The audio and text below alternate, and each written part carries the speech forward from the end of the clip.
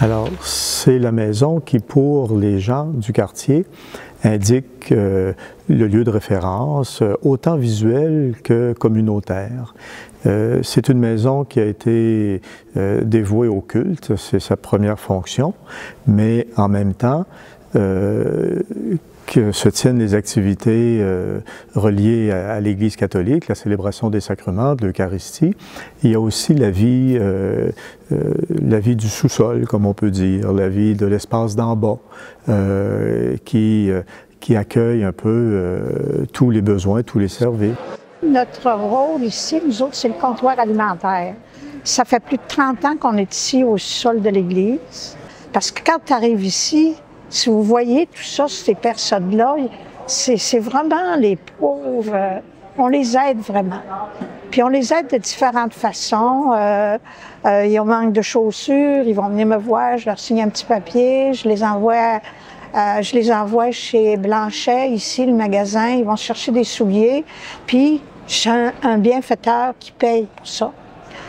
Ils ont besoin d'autres choses. Bien là, moi, j'ai toute une liste. Je les dirige ici, là, et puis on essaie de les aider plus qu'on peut, là, tu sais, là.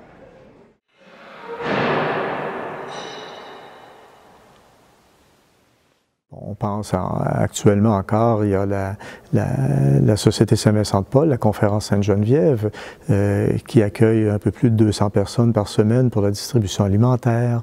Il y a encore des liens avec l'Entraide du Faubourg pour des activités qui se tiennent ici.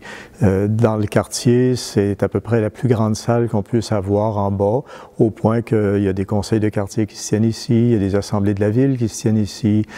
C'est un lieu qui sert pour les élections municipales, provinciales, fédérales. La maison, elle a eu sa fonction d'accueil.